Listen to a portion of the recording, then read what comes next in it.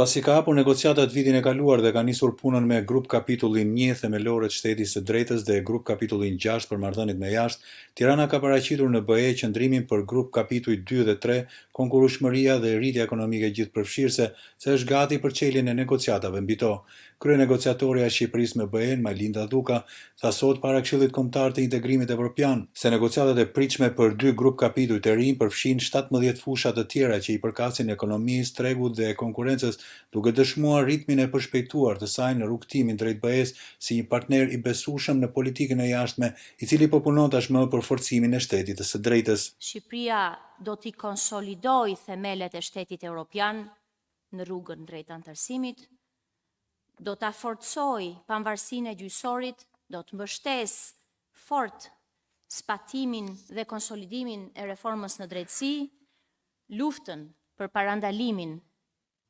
dhe luftën ndaj korrupsionit. Zonja Dhuka tha se Shqipëria ka bërë përparim në reformat ekonomike për t'u afruar me tregun evropian, ndërsa BE-ja paraqiti dhe vuri në zbatim planin e ri të rritjes për Ballkanin Perëndimor. Ajo nënvizoi vlerësimet e BE-s nga Progres raporti se Shqipëria ka bërë përparim në 32 nga 35 fusha dhe se sot ajo është mesatarisht e përgatitur në 24 fusha nga 33 sa i përket kritereve për anëtarësim.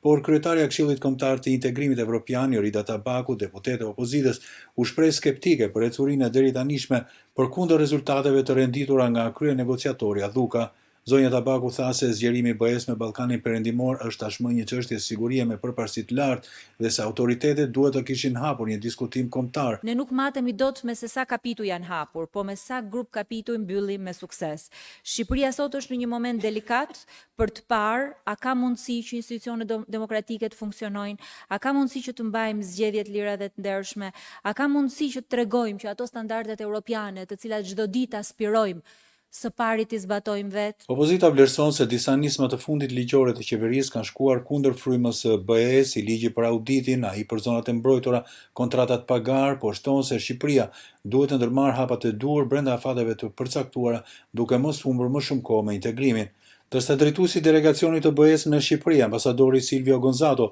kujtoi se rezultatet në grup kapitullin 1 themelore, bazat e shtetit të së drejtës, janë përcaktuese në ritmin e negociatave, por sfida thelbësore sipas tij mbetet kryerja e reformave në mënyrë që ligjet e Shqipërisë të jenë në përputhje të plotë me legjislacionin e BE-s.